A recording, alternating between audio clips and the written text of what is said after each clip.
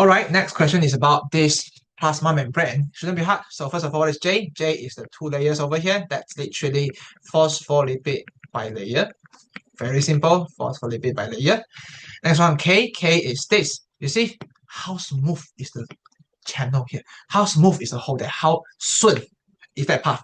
If you see something very 顺, very 顺, very smooth, very straightforward, that is channel protein.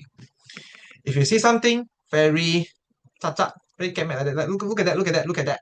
Look at that shape, that is so ugly. Like, look at that. If you see something like memang not smooth at all, memang not straight at all, that's channel, that's carrier protein. Okay, that's carrier protein. Next one, who can go through J? Remember, what is the characteristic of J? Phospholipid bilayer, phospholipid bilayer, phospholipid bilayer.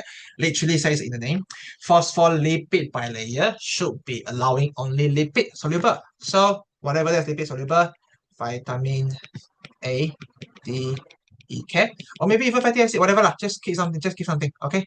Because they are lipid soluble. Because they are lipid soluble. Okay. Or maybe if you remember as well, water can also pass through, right? Why? Too small. Okay. If it's too small, pass through only. Okay. Next one. Now, again, standard question. How do you explain the movement of a substance? How does it get transported across the plasma membrane? Well, where is it? P, this one. So, yes. Oh, this is a bit cool. You have active transport, right? Because you have ATP. We have an active transport here because we have ATP. So, yep. How is a substance transport across the membrane? We start off what? We start with the name of a transport. This is active transport. And what happens in active transport? You will be move down, concentrate. Sorry. No. Okay, now remember the typical answer. Just go through the characteristic. Move against concentration gradient.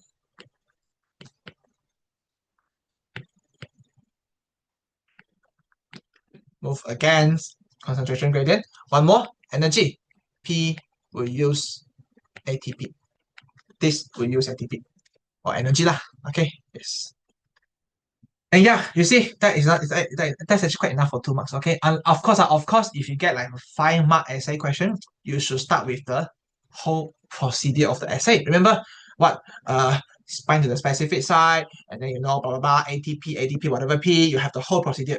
But now if it's just 2 marks, it's okay. Just give some characteristic and you are good. Okay, give a name of transport, give some characteristic. Yeah, that should be well more than enough. Okay, if it's just 2 marks. Okay, next one. Also very simple. You should know very well what is the function of cholesterol, right? Okay, remember that 3. Did I get record? Okay, I'm recording. Yeah, remember that 3 point. You have what again?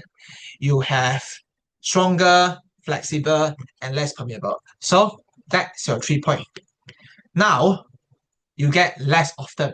So whatever your function, whatever you have learned, it will turn the other way around. You're supposed to be stronger, then now become weaker. Okay, maybe let me get a bit specific. Phospholipid bilayer become weaker. So phospholipid bilayer. Phospholipid bilayer. So yeah, what will happen? 3 points. Weaker. What else? We are supposed to be more flexible. So now, less flexible. You see, just take whatever you know, flip it around. You are supposed to be more less permeable, less permeable to water soluble substances, because remember your tail is afraid of water. Now that you are less cholesterol, you will then be more permeable. So more water soluble substances will pass through because they are now more permeable. Okay, they will pass through. Okay, that's it.